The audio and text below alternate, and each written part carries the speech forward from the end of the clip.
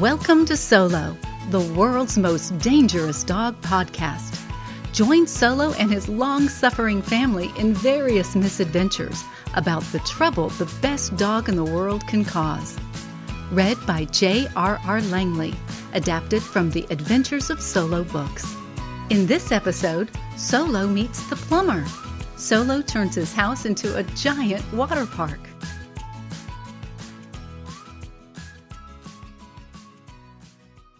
Solo enjoyed visitors not only from the parcel delivery man. He loved waiting for all manner of people who might come by the house, such as the man who read the gas meter, the man who fixed the washing machine, or the cable man, or, as Dad often called various tradesmen, those rip-off merchants. Solo's absolute favorite, however, the one that he had bonded with the most, was the plumber. Solo loved all humans, but for some reason he and the plumber became special friends. That friendship started on a memorable day when Solo had been left in charge of the house. That day started normally enough.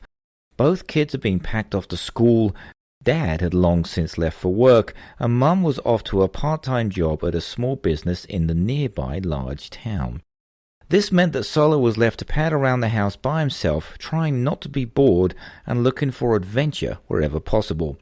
He took being in charge of the house very seriously. After all, it was now his responsibility to monitor the street outside for any suspicious activity. To do this, Solo would do one circuit of the downstairs, go upstairs to look out the kids' bedroom window, then head back downstairs where he eventually would get bored by the lack of any suspicious activity and fall asleep by a front window. The weather on this day was drizzling and dull, precisely the kind of day when nothing interesting ever happened. After a quick patrol around the house, Solo decided to lie down on the sofa in the living room, but positioned himself such that he could still see out into the front garden and the street beyond. Every so often a car would drive by, spraying water off the road in its wake, but no humans appeared. It was simply not the sort of day to be out walking if you didn't have to. Solo slumbered, although he did occasionally open an eye and raise his head to look outside just to make sure he wasn't missing anything exciting. All this inactivity, the hypnotic sound of the rain and the dreary sky started to have an effect. Solo began to feel really sleepy, so sleepy he barely raised an eyebrow when the post office delivered yet another package, no doubt for Dad's model train hobby, on the front step. Solo couldn't even be bothered to let out his customary bark of "hello" to the postman. As he drifted off to sleep, Solo thought he heard the sound of water, quite faint, but distinct from the rain outside. This dripping sound was definitely coming from inside the house. He tried listening harder by raising one ear and opening an eye in the direction of the sound. There it was again, a steady drip, drip, drip. Solo listened for a few moments, then decided to go and investigate. But that would mean moving from his ever-so-comfortable position on the couch and required way too much activity. So he lowered his ear, closed his one eye, and fell into a peaceful sleep, where in his dreams he chased squirrels, and they never ever made fun of him. Eventually Solo woke up once more, and there was that sound once more. A persistent drip, there was no doubt about it. And as before, he decided it was definitely inside the house. The sound of the rain outside and the drip inside reminded Solo that he was thirsty, so he got off the couch, stretching with his front legs on the floor and his hind legs still on the couch, and made his way into the kitchen where his water bowl was.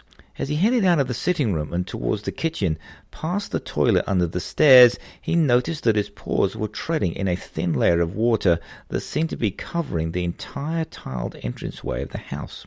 Solo found this layer of water quite interesting. As much as he knew it really shouldn't be there, at least he meant he didn't have to go to the kitchen to get his drink. He simply lowered his head and drank until he had had enough. Solo did notice, though, that unlike the water in his bowl in the kitchen, no matter how much he drank, the water level never seemed to go down.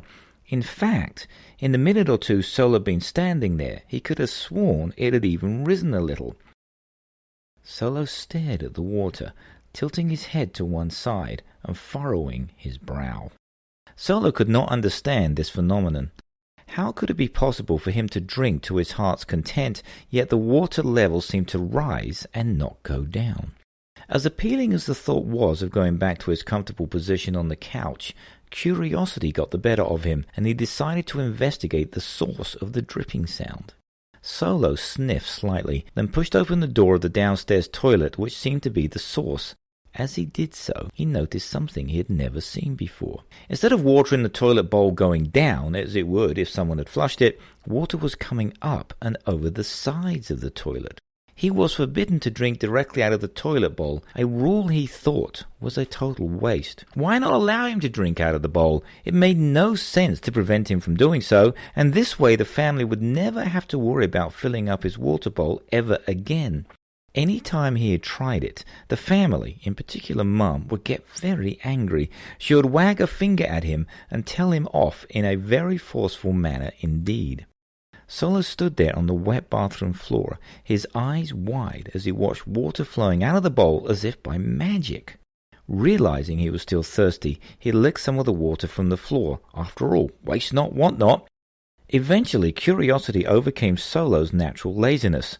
Looking into the toilet bowl, he saw nothing but clear fresh water flowing from it. Very interesting indeed, he thought, tilting his head slightly. Solo had never seen anything like this before, as the water continued to slosh out of the toilet. One thing Solo loved was water, especially playing in it, just as long as it wasn't a bath. In particular, he loved a heavy downpour that would allow him to go out and splash about in the mud and the puddles until he was hauled back indoors, only to be toweled down and washed to within an inch of his life.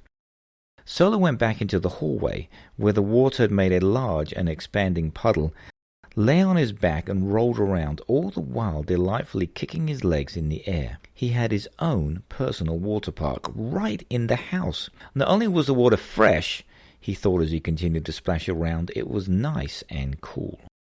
Solo eventually tired of this sport and righting himself, did one almighty shake to remove as much water as possible from his fur. This splashed water on the newly installed wallpaper as if a rain cloud had suddenly materialized in the house and raindrops were being whipped by the wind onto the wall. He thought he would try something new. While great fun, splashing the water in the hallway simply wasn't enough. He needed more. So he ran up and down the hallway, having a grand old time, splashing with as much force as his legs could muster and sliding as far as he could go. But as Solo was splashing by the front door, he slipped and knocked over a large plant from its holder, which landed upside down in the water. Clumps of dirt mixed with the water, and as Solo continued to splash around, ended up on his coat and the now extremely wet walls. Solo took a drink from the water, but it was so filled with dirt that even Solo had to admit it didn't taste very nice. So he went to the kitchen to get some fresh water from his bowl. The kitchen was at the back of the house, and there are several ways to get there, through the hallway and dining room or through the study, the living room and the formal sitting room. Unfortunately, Solo chose the route through the formal sitting room, which quite naturally had a very nice rug and a very nice white sofa, which was to be used only on special occasions. As Solo walked towards the kitchen, he left a wet and muddy trail of paw prints on the fancy rug and dark water stains on the fancy white sofa, because Solo had decided to have one more almighty shake right by the sofa in an attempt to get the muddy water off his body. Meanwhile, the water from the toilet continued to creep ever so slowly around the hallway and into the study and onto the hardwood floor. Solo had just made it to the kitchen and was taking a sip of fresh water from his bowl when the front door opened. Mum had arrived home with the kids. All chatter stopped immediately and there was a stunned silence followed by a scream from Mum. The sight that greeted her was not a pretty one. The potted plant lay to one side, its dirt mixing freely with the water, and then spread around by Solo for good measure.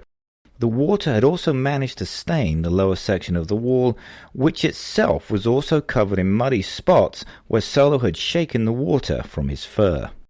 As she splashed her way through the hall, Mum could see the water had now reached the dining room. The kids, their eyes wide in amazement, could only manage a joint wow between them as they surveyed the carnage.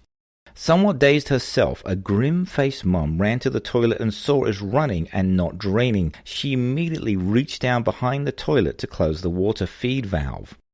Solo, sensing that Mum was not pleased, decided discretion was the best response to the coming storm. He lay down on his bed in the kitchen, which he now covered with a wet, muddy slime, and closed his eyes as if to say, "Don't look at me, I'm just a dog. I have no idea what happened."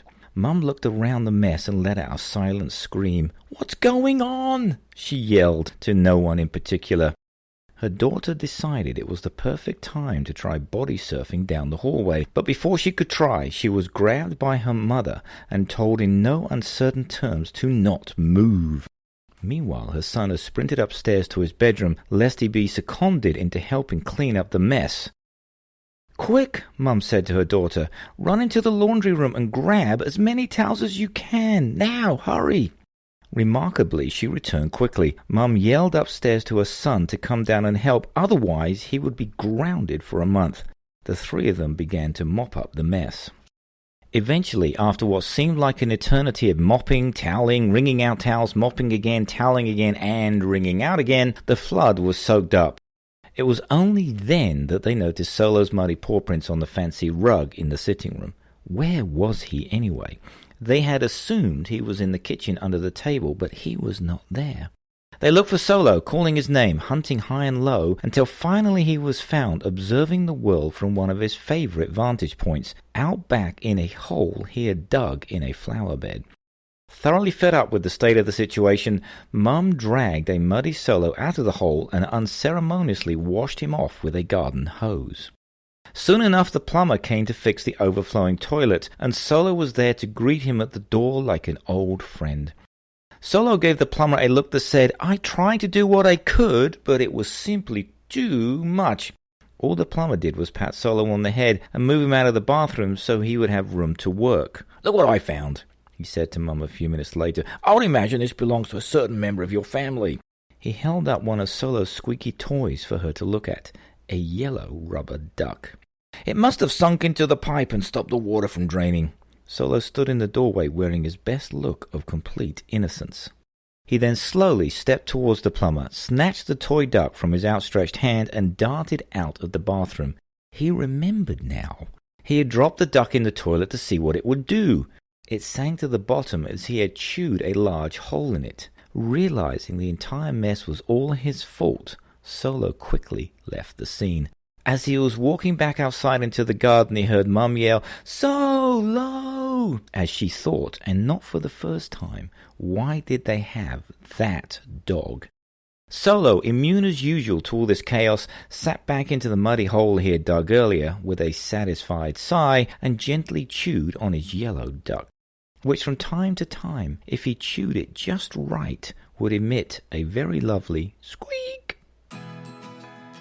You were listening to Solo Meets the Plumber, written by J.R.R. Langley and read by the author.